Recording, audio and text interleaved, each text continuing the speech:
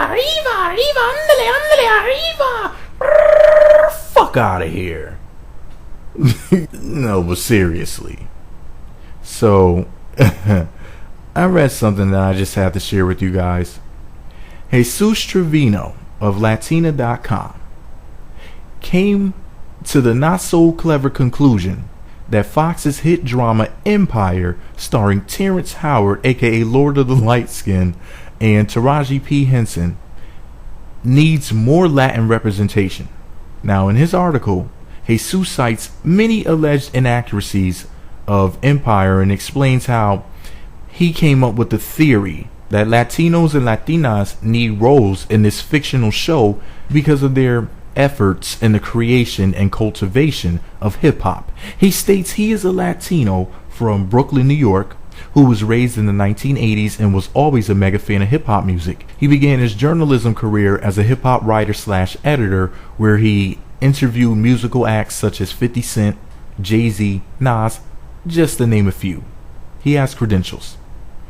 He then goes on in the article to explain how in his career he deal with a very racially and culturally diverse group of individuals in the music entertainment business on a daily basis. He feels hip-hop has always been multicultural since the beginning, and he claims Latinos helped to make hip-hop what it is today by contributing to it since the start of the genre, and for those reasons, Latinos should be represented more often in the media. You know, I find all of this information to be interesting because I feel as if he's attempting to rewrite history a bit. Now, the truth is, hip-hop did not receive major contributions at the beginning from anyone but so-called blacks. Now, just because so-called Latinos were living in close proximity to the so-called blacks due to socio-economical and political reasons, that does not make them the co-creators of the music. Now, just because they enjoyed listening to the music, danced to it, and sang along to the songs does not mean they played any significant role in the creation of the relatively new art form. I'd personally liken their role in hip-hop to that of a wife of a wealthy sports star who was physically there during his rise to fame, success, and fortune. However, she wasn't, as Drake would say, taking shots with him in the gym, but rather cheering him on and reaping the benefits of the fruits of his labor, but still not the person who did any significant amount of work or played any significant role in the creation of the music. Now, the more I think about it, this article makes me think Jesus is a super fan of Empire and just wants to gain Lee Daniels' attention in hopes of getting extra work on the show.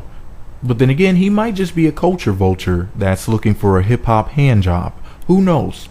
Now, with that said, there is one part of the article that irks my nerves. Jesus writes, and I quote, actually, before I even read this quote, let me say this. There's a link to my blog beneath this video. If you click that link, you visit my blog, there's a link to his full article. I'm only going to read an excerpt because I wanted to give my opinion on what he was saying.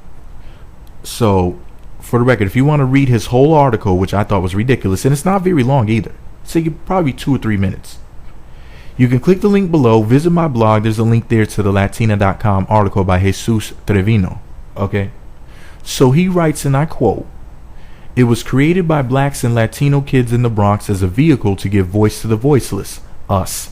I have endless discussions with one of my best friends who is a proud Haitian Canadian and also runs the hip-hop section of iTunes about rap, black and Latino music, and more. We both agree we're still underrepresented in a lot of avenues and would love to see more black and brown collaborations." End quote. Did you catch it? Did you catch what he just said? Black and brown. But what does that mean?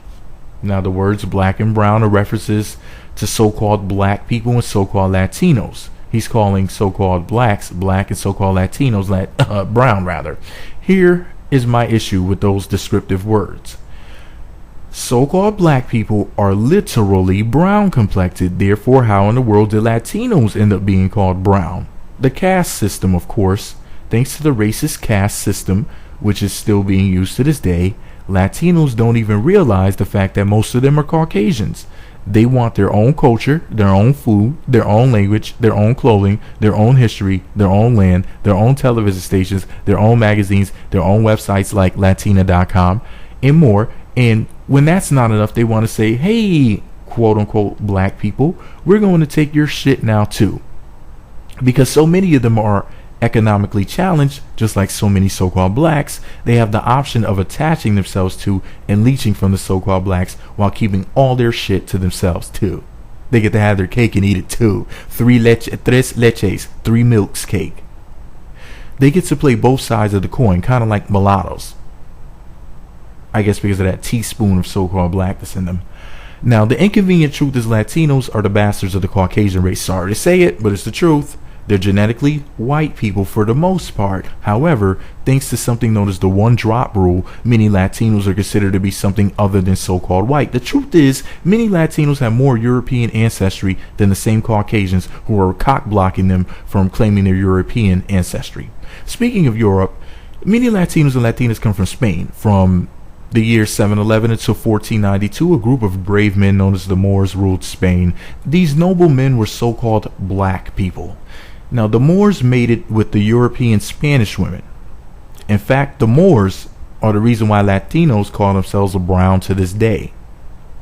The majority of most Latinos' genetics is European, so-called white, and the one-drop rule is a myth. It's an irresponsible myth that's used as a social construct, and it has no scientific base. It is in fact very racist. Latinos are not brown people. They are genetically Caucasian and mixed people for the most part. Now, if I could speak directly with Mr. Trivino, I'd tell him we need to see more diverse representations on the goddamn Spanish channels.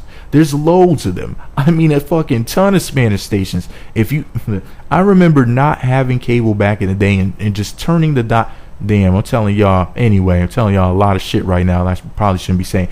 Anyway, I remember turning the dial on the TV and there would be so many Spanish stations galore. It was just amazing to me how many of them there was, because people used to complain about BET and if there was WET, if there was white entertainment television, which wet sounds like a fucking porno station. But anyway, at the end of the day, people were bitching and moaning about BET, and I remember saying, God damn, there's a lot of Spanish channels. I don't hear these crybabies crying about all these damn Spanish channels. Anyway, if I could say anything to Mr. Trivino, what I would say to him is this: we need to see more diverse representations on these Spanish television stations, because there's loads of them, and all I've seen on them is very light-skinned Hispanic people. No wonder Sammy Sosa bleached his skin. I mean, he's an untouchable, right? My point is, these Spanish-speaking stations almost never show us the so-called black Hispanics. Now, there's allegedly millions of them throughout South America, Europe, and right here in North America. Now, many of them speak Spanish, a language created by the Moors, you're welcome, and many of these people are descendants of the Moors, you're welcome, and these Moors were there since the beginning of the Reconquest, the beginning of Mr. Trevino's culture. Therefore, what we need to see more of is more Moors on Spanish-speaking stations, in Spanish magazines, and on Spanish-speaking websites such as Latino.com. I didn't see any of them when I visited his website, rather the website he writes for. I'm just saying. I'm not judging, I'm not trying to be a prick, I'm just saying what I saw, okay? But this is all my opinion and my assessment. I want to know what you think. Did you read the article? What do you think about that snippet, in my opinion, of the snippet from the article? Why don't you go read the article for yourself by visiting my blog, clicking the link. Come back. Let me know what you think about it all below. Be sure to subscribe to the Meat Magazine YouTube channels. Visit meatmagazine.blogspot.com for more.